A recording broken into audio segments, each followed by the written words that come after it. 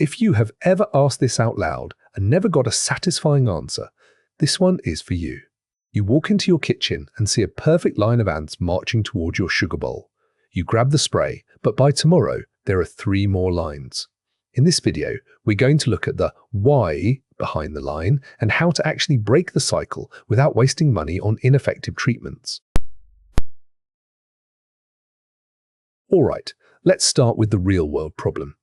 Ants aren't just following a leader, they're following a chemical map that you can't see. When a scout ant finds food, it doesn't just eat and leave, it drags its abdomen on the ground to leave a chemical scent called a pheromone. This trail acts like a GPS for the rest of the colony, telling them exactly where the jackpot is located.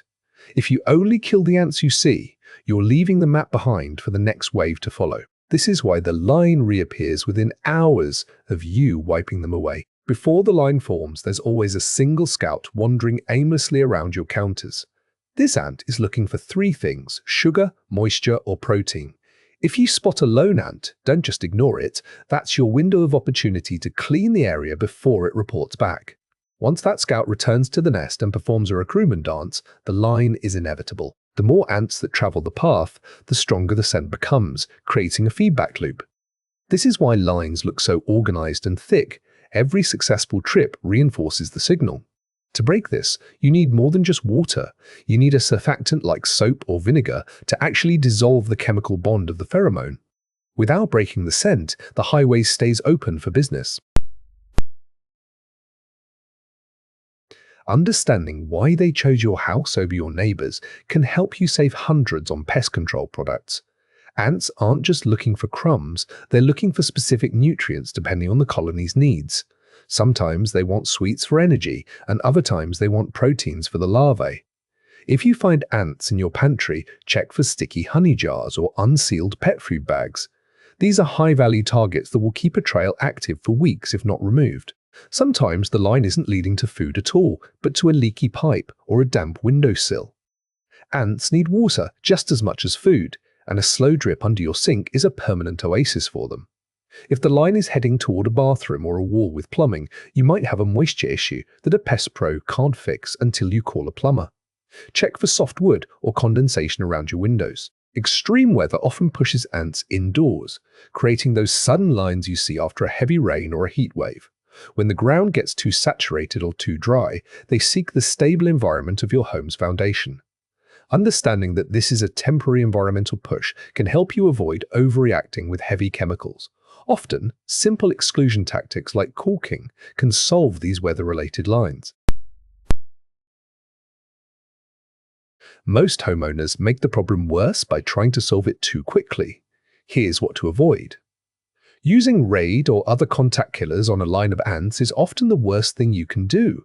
These are repellents that kill the ants you see, but signal the rest of the colony to scatter and find new routes.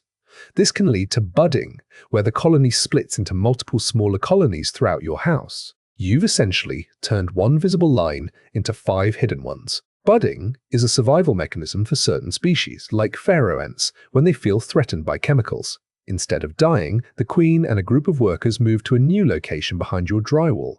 If you see ants appearing in rooms far away from the kitchen after you've sprayed, this is a major red flag. At this point, DIY methods are likely to fail, and you should stop spraying immediately. Many people over-apply pesticides in areas where pets and children play, which is both dangerous and unnecessary. Professional-grade baits are designed to be used in tiny amounts because the goal is for the ants to take it back to the nest. If you're drenching your baseboards in chemicals, you're creating a health hazard without actually solving the root cause. Always prioritize low-toxicity baits over broad-spectrum sprays. Now that you know what not to do, let's talk about the smart way to handle ant lines. The most effective way to kill a line is to feed it. Use a slow-acting bait that the workers will carry back to the queen.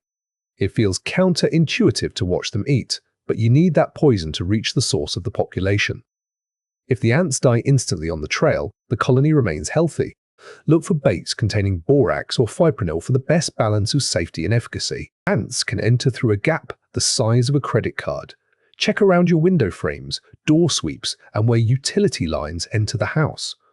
A $5 tube of silicone cork is often more effective than $50 worth of spray. By sealing these entry points, you force the scouts to look elsewhere, preventing the line from ever forming in the first place. If you see large wings ants, or if the lines are coming out of electrical outlets, it's time to call a licensed pro. These could be signs of carpenter ants, which cause structural damage, or a deep-seated infestation that requires specialized equipment. A pro can identify the specific species, which is vital because different ants require different bait types. Ask them about their integrated pest management approach to ensure they aren't just spraying aimlessly. The big idea is to stop fighting the ants you see and start targeting the colony you don't. By breaking the pheromone trail and using the right baits, you can solve the problem for good. If this helped you understand your tiny intruders, like and subscribe for more practical guides that help you maintain your home and save money on unnecessary services. Share this with someone who always asks the interesting question in the room.